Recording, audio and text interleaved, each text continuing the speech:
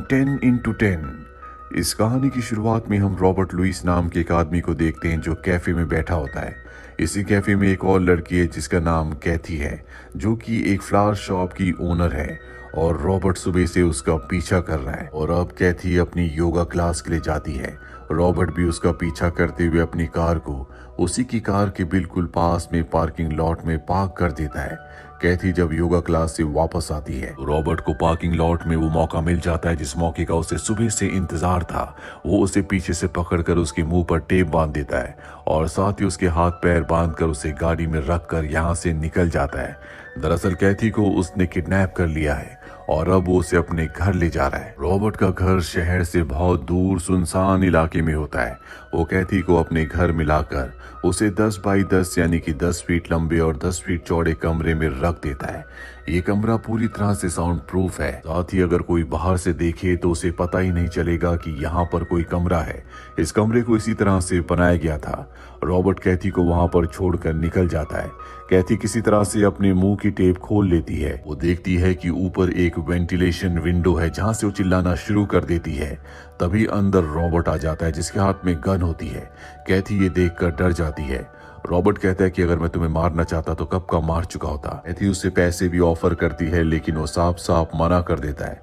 वो कैथी से उसका नाम पूछता है। वो बोलती है कि मेरा नाम कैथी नॉलैंड है, जो सुनकर रॉबर्ट उदास हो जाता है और वहां से निकल जाता है। जिसके बाद वो टीवी पर न्यूज देखता है, जिस न्यूज को देखकर उसे बिल्कुल खुशी नहीं होती। इसके बाद वो कैथी के बैग से उसके आई कार्ड को निकालता है, उसके नाम को चेक करता है और अब रॉबर्ट को लगता है कि शायद उसने किसी गलत लड़की को किडनैप कर लिया है। वहीं कैथी को दिखाया जाता है जिसके हाथ पीछे बंधे हुए होते हैं। वो उसे खोलने की कोशिश करती है लेकिन खोल नहीं पाती।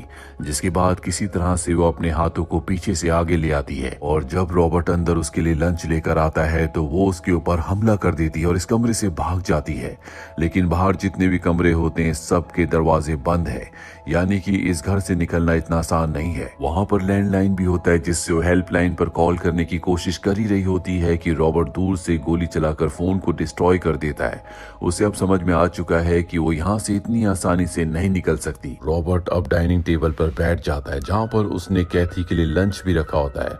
वो कैथी से कहता है कि आओ और बैठ जाओ। कैथी वहां पर बैठती है। रॉबर्ट के चेहरे पर कोई भी एक्सप्रेशंस नहीं होते। वो सिर्फ कैथी से एक ही बात पूछता है कि तुम्हारा नाम क्या है। कैथी उसे फिर वही जवाब देती है कि मेरा नाम कैथी नॉलैंड है, जो सुनकर रॉबर्ट को बिल्कुल भी अच्छा नहीं लगता और अब उसे गुस्सा भी आने लगता है। इसीलिए कैथी के ऊपर हमला करने जाता है लेकिन कैथी उसी के ऊपर हमला कर देती है। ये दोनों एक दूसरे से लड़ी रहे होते हैं कि तभी रॉबर्ट के घर की डोरबेल बजती है। दरअसल अब उसके घर पर काम करने वाली लेडी बाहर खड़ी है। रॉबर्ट इसीलिए कैथी को बेहोश करके एक बार फिर से उसी 10 बाई 10 कमरे में वापस रखकर बाहर आ जाता है, जहाँ उसके घर पर काम करने वाली लेडी अब अंदर आ चुकी है। वो देखती है कि पूरा घर बिखरा हुआ है, कई चीजें टूटी हुई है। रॉबर्ट कहता है कि आज मुझे तुम्हारी जरूरत नहीं है, तुम चली जाओ।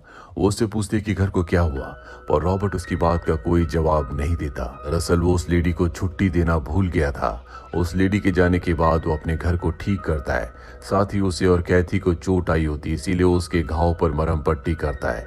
लेकिन कैथी बड़ी चालाकी से उसकी मोबाइल को चुरा लेती है और जब रॉबर्ट उसे 10 बाई 10 के कमरे में छोड़कर चला जाता है तो वो उससे पुलिस को कॉल करने की कोशिश करती है।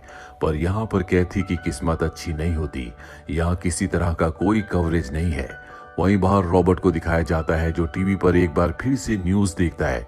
दरअसल ये एक केस की न्यूज है जो कि एक हॉस्पिटल के खिलाफ चल रहा है, पर पुलिस के पास, कानून के पास हॉस्पिटल के खिलाफ कोई भी सबूत नहीं है, इसीलिए जल्दी केस खत्म हो जाएगा। एक बार फिर से रॉबर्ट कैथी के पास जाता है। वो उससे उसके परिवार के बारे में, उसके पास्ट के बारे में पूछता है।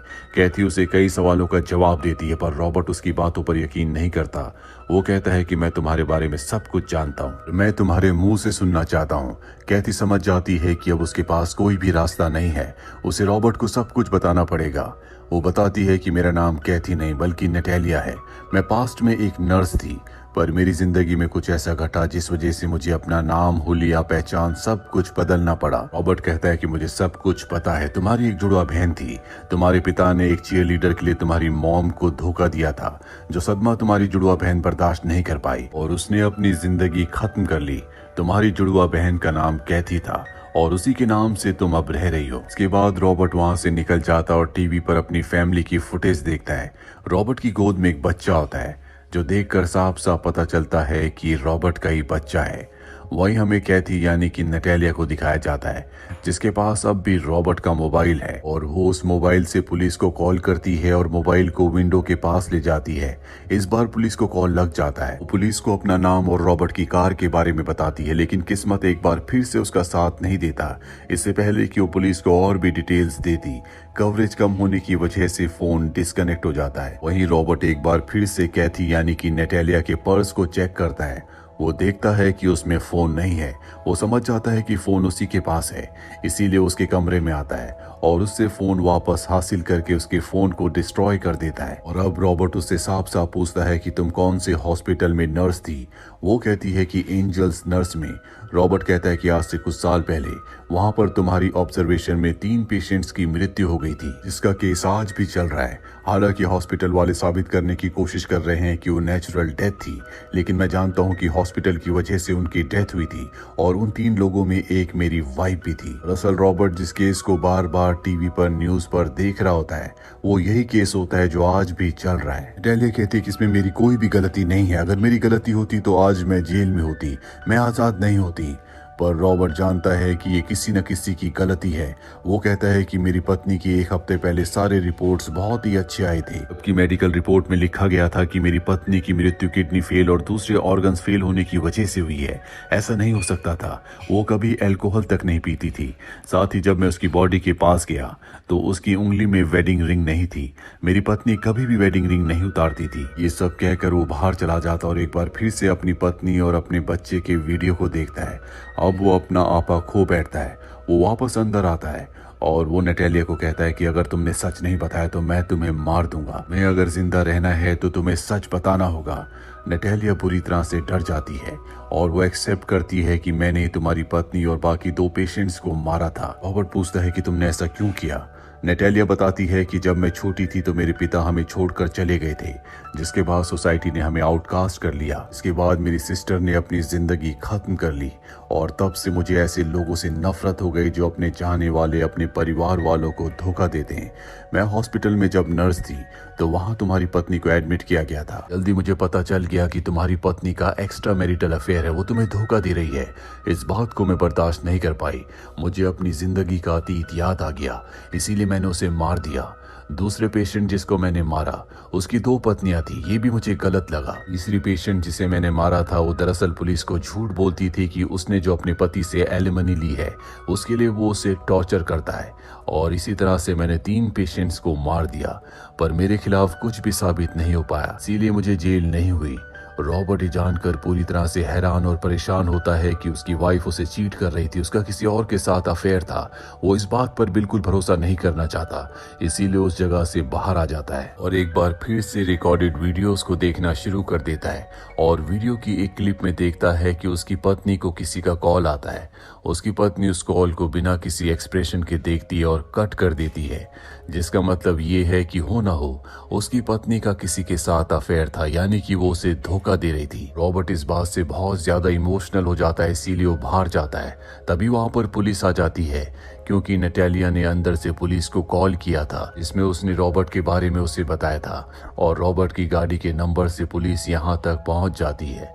पर रॉबर्ट पर शक होने के बावजूद वो रॉबर्ट को गिरफ्तार नहीं कर पाती क्योंकि रॉबर्ट के आसपास कोई भी ऐसा सबूत नहीं होता कि उसी ने नटालिया को किडनैप किया है। वहीं नटालिया को दिखाया जाता है जो कमरे के अंदर होती है। वो देखती है कि नीचे एक टाइल थोड़ा सा लूज है।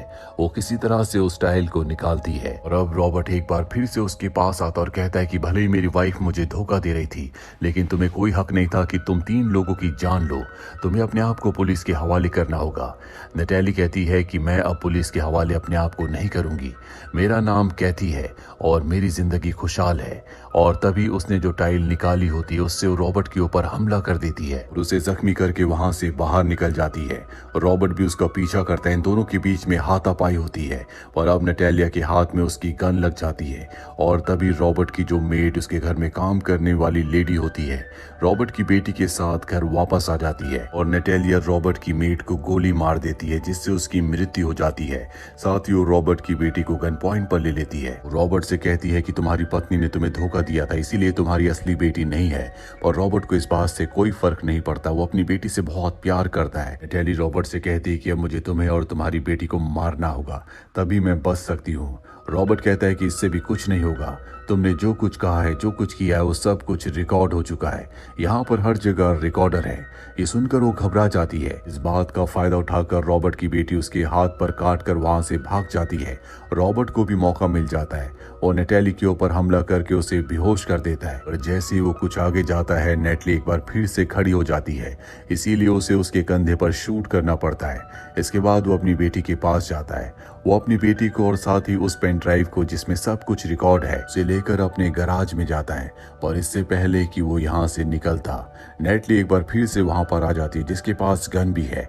वो उस गन से उसे शूट करती है, पर उसकी किस्मत अच्छी होती है कि गन में गोलियां नहीं होती और एक बार फिर से रॉबर्ट और नटाली के बीच में हाथापाई होना शुरू हो जाती है। मौके का फायदा उठाकर रॉबर्ट की बेटी यहाँ से भाग जाती है और तभी यहाँ नटाली को दिखाया जाता है जिसने रॉबर्ट को पूरी तरह से ओवर पावर कर दिया है। पर इससे पहले कि वो उसे मारती, रॉबर्ट बड़ी चालाकी से गैराज के दरवाजे को, शटर को नीचे डाउन कर देता है जिससे नटाली उसमें दबकर बेहोश हो जाती है। इसके बाद रॉबर्ट की बेटी भी घर से बाहर आ जाती है। दरअसल वो पुलिस को कॉल करने के लिए गई थी और अपने पिता के गले लग जाती है। अब यहाँ पर पुलिस भी आ चुकी है और रॉबर्ट के पास नटाली के खिलाफ सारे सबूत हैं कि उसी ने हॉस्पिटल में 3 लोगों को मारा था, जिससे उसे अब सजा होगी। इसी के साथ ये फिल्म, ये कहानी यहीं पर खत्म हो जाती है। उम्मीद करते हैं कि ये कहानी आपको पसंद आई होगी।